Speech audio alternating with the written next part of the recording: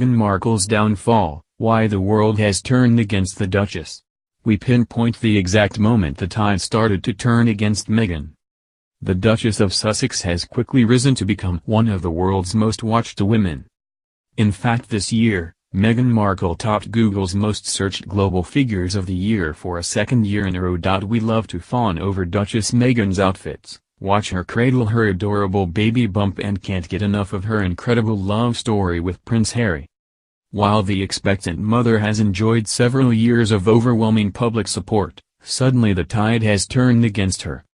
The 37-year-old former Suits actress can no longer escape the almost daily rumors being leaked from Kensington Palace about the supposed rift her arrival has caused. Whether it's right or wrong, the rumor mill is swirling. So how on earth did this happen? How did the most adored woman in the world become the subject of such vicious tabloid chatter?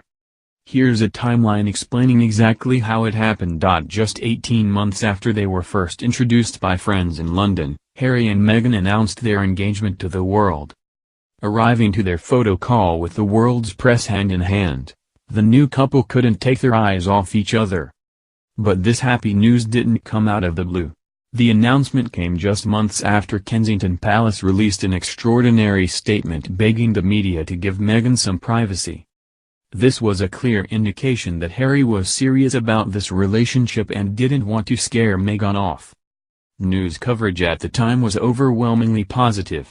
Finally, the heartbroken little boy that walked behind his mother's coffin in 1997 had found his happily ever after.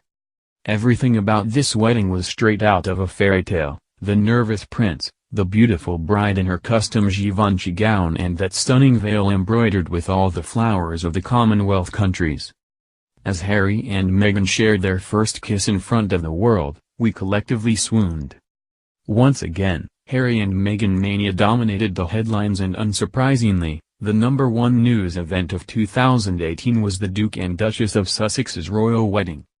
An estimated 1.9 billion tuned in around the world to watch the couple exchange vows at St. George's Chapel, Windsor in May, with their wedding injecting an estimated AUD $3.5 billion into the British economy.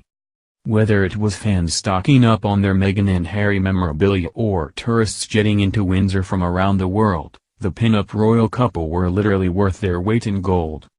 Okay, so we know Harry's obsessed with Meghan, but what about the Queen? Back in June, the newlywed and Queen Elizabeth had their first official royal outing together, and it could not have been more of a success, with the pair looking close and spending the whole day giggling together. At one point during the day, the Queen stepped in to lend a helping hand to the nervous Duchess. In a moment of confusion when entering a car, Meghan was unsure if she or the monarch should get in first. A flustered Meghan stepped back to let the Queen enter the car first. "What is your preference?" Meghan politely asked the Queen, to which she replied, "You go first." "Oh, okay," Meghan responded, before quickly getting into the vehicle. Soon after this cute day out, it emerged that Meghan has her own nickname for the Queen. According to the editor of Majesty magazine, Meghan refers to the Queen as Mama, rather than the traditional ma'am. In their official engagement video released by the BBC, Prince Harry even jokes that the Queen's dogs took an instant liking to Meghan. "I've spent the last 33 years being barked at, this one walks in, absolutely nothing," Harry said of Meghan's first encounter with the royal pups. "Just wagging tails, and I was like, arg. The only thing better than one duchess, is two duchesses." Kate and Meghan decided to ditch their husbands for their first solo outing together at Wimbledon, to watch Meghan's good friend Serena Williams in the grand final. Duchess Kate is a huge tennis fan, a Wimbledon patron and a regular in the royal box. She and Meghan both looked stunning in their chic outfits and chatted amicably throughout the match. While some commentators believed their outing was a genuine display of friendship, others speculated the pair were simply tolerating each other for the sake of the cameras. Just hours after the Sussexes touched down in Sydney for the first stop of their royal tour down under, Harry and Meghan confirmed they are having a baby. The next day, Meghan debuted her mini baby bump to the world in a chic white dress from Aussie designer Karen G. Now we're used to seeing Meghan cradle her stomach, But the first time we saw that was when the couple visited Fraser Island. Meghan wore a beautiful blue and white striped linen dress from U.S. brand Reformation and held her bump as she walked hand in hand with Harry. Throughout the 2-week tour, Meghan amazed locals and indeed, the world. She got up at 4 a.m. to do yoga, baked banana bread late at night and didn't drop the ball once during an insane travel schedule. We were all in awe of her poise, grace and patience. Royal fans could not get enough of Harry and Meghan, with huge crowds turning out all around the country to get a glimpse of the happy couple and the cute bump. From myself, my wife and our little bump, we are so grateful to be here, Harry said at the time. Meghan was praised for delivering a powerful speech about feminism and women's empowerment in New Zealand. One fan wrote on Twitter, "You're championing women. You're using your platform to shine a light on women's rights. Thank you so much for staying true to yourself." While another said, "Wow. Great speech and my goodness is she gorgeous and well-spoken." This is the exact moment when things started to shift.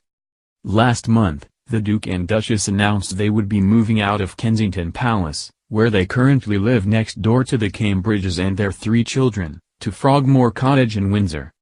The sprawling 10-bedroom residence, which was gifted to the couple from the Queen, sits within the private home park and looks out onto the stunning grounds of Frogmore House. Meghan reportedly wants to renovate the property to include a new nursery and a gym and yoga studio. Windsor is a very special place for their Royal Highnesses and they are grateful that their official residence will be on the estate, Kensington Palace said in a statement.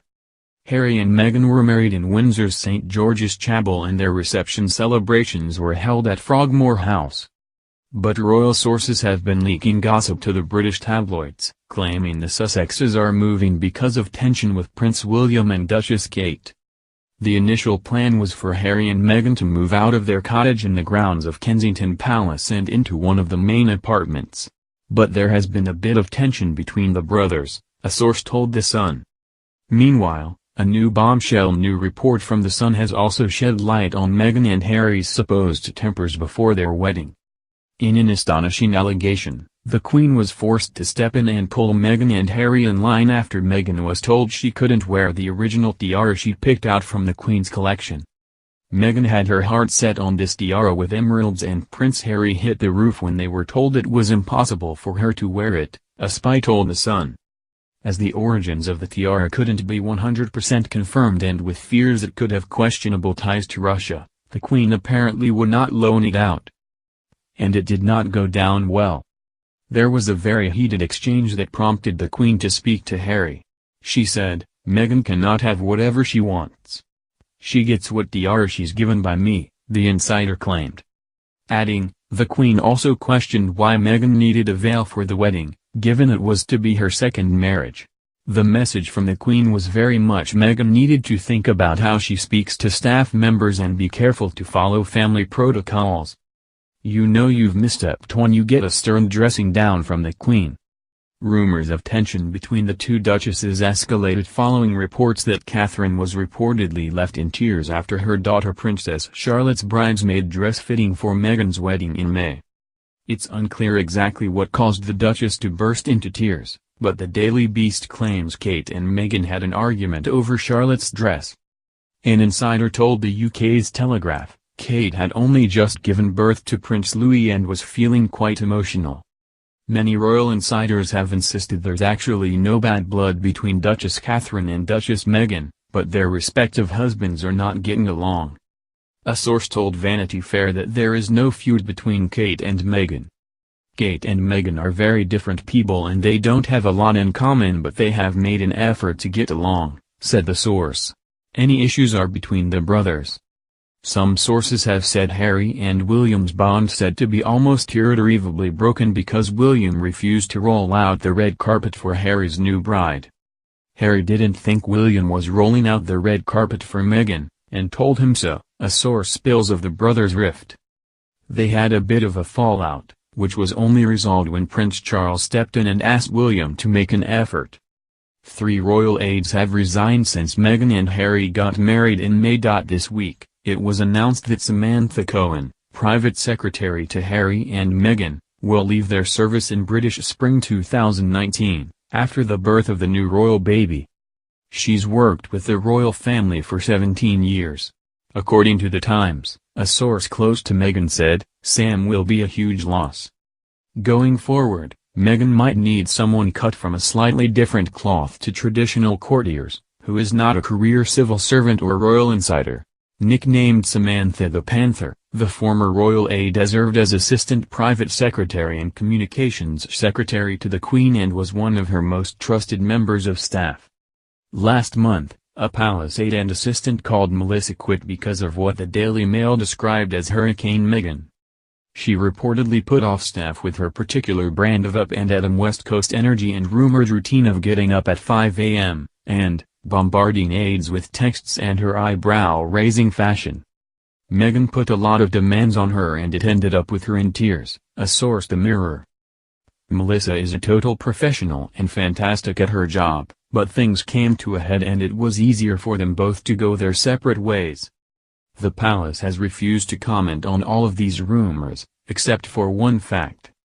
Britain's top-selling newspaper The Sun claimed tension between the royal sisters-in-law reached boiling point when Kate cautioned Meghan over her strict behavior towards her staff members, telling her, "That's unacceptable, they're my staff and I speak to them." A source revealed to the publication, her and Kate fell out when she d Kate's staff. The palace was quick to shut down the report, releasing a rare statement saying, "This never happened." Last week, a royal insider told US Weekly that Meghan is fed up with the rumors and her inability to stand up for herself on social media. Meghan reportedly feels like she has no voice and is frustrated that she is unable to defend herself. "It's just been frustrating and stressful to have no voice," a royal source told the magazine. She's always relied on her own voice to stand up for others, and for herself. So not being able to say anything is a debilitating feeling. She's always been so independent, her entire life, and that's all been taken away from her. She's always been able to clap back on social media and now she can't. When all else fails, you go to the Queen to sort the drama out. That's exactly what Duchess Catherine did on Thursday, driving herself to Buckingham Palace in a Range Rover to have a secret meeting with the Queen. Was she there to discuss these ongoing feud rumors? We'll have to wait to find out. Around this time of year, the royals release their new Christmas card photos. They're always super cute and candid, and this year was no exception. But it's interesting to note that the Cambridges and the Sussexes chose to release two separate photos of their own families on the same day, through Kensington Palace's official social media accounts. Duchess Catherine and Prince William released an adorable picture of their family of 5 dressed in jeans on a tree trunk outside their country home in Norfolk. The 3 youngsters, Prince George, 5, Princess Charlotte, 3 and Prince Louis, 7 months are seen cuddling up to their parents and looking utterly charming. Meanwhile, Prince Harry and Duchess Meghan's Christmas photo is a never-before-seen picture of the pair at their wedding in May. The couple are hand in hand, facing away from the camera, sharing a romantic moment on the grounds of Frogmore House, the Windsor residence they are about to call their new home. Many royal fans took the photo as a sign of a subtle snub. With the couple faced away from the camera, many interpreted that message to mean they are turning their back on the naysayers. One fan on the Kensington Palace Instagram account described the pose as icy. Icy is the word, of course it carries not so subtle messages, they wrote. Looking at their backs? For Christmas wishes? Rude. But others disagreed. Another fan commented, "It's a beautiful photo. I love them. It's their first Christmas as a married couple and this was a special moment for them this year. Why not share it? Who cares if you can't see their faces? Big deal. We see their faces everywhere. I love it." Whether or not the Sussexes' Christmas photo was an intentional snub, there's no denying the press has changed their tune and royal fans are following suit. Just look at this side-by-side image showing the difference in media coverage between Harry and Meghan's engagement, and now.